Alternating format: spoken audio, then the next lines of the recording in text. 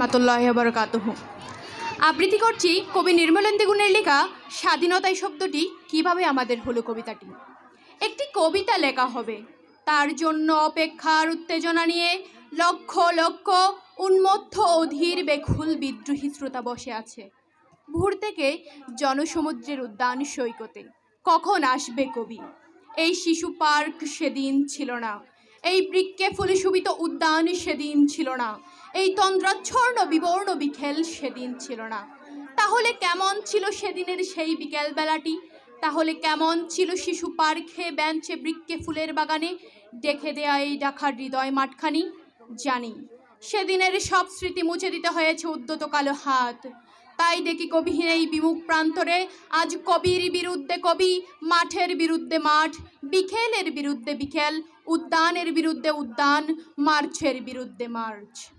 হে অনাগত শিশু, হে আগামী দিনের কবি, শিশু পার্কের রঙিন দোলনায় দুল কেতে কেতে তুমি একদিন সব জানতে পারবে। আমি তোমাদের কথা ভেবে লিখে রেখে যাচ্ছি সেই শ্রেষ্ঠ বিকেলের গল্প। সেদিন এই উদ্যানের রূপ ছিল ভিন্নতর, না পার্ক না ফুলের বাগান, এসবের কিছুই ছিল না, শুধু এক খণ্ড অখণ্ড আকাশ, যেরকম সেরকম দিগন্ত প্লাবিত।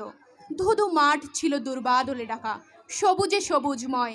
আমাদের স্বাধীনতা প্রিয় প্রাণের সবুজ এসে মিশছিল এই ধুধু মাঠের সবুজে।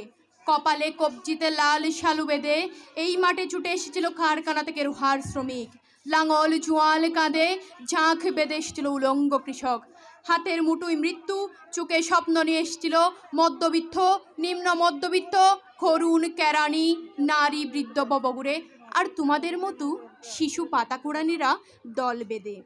একটি কবিতা পড়া হবে, তার জন্যে কি বেকুল প্রতীক্ষা মানুষের। কখন আসবে কবি, কখন আসবে কবি। শত বছরের শত সংগ্রাম শেষে রবীন্দ্রনাথের মতো দীপ্ত পায়ে হেঁটে অতপর কবি এসে জনতার মঞ্চে দাঁড়ালেন।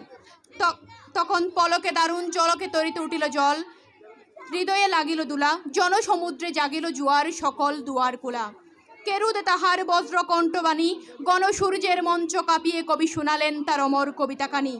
এবারের সংগ্রাম আমাদের মুক্তির সংগ্রাম, এবারের সংগ্রাম আমাদের স্বাধীনতার সংগ্রাম। সেই থেকে স্বাধীনতা শব্দটি আমাদের। সালামু আলাইকুম।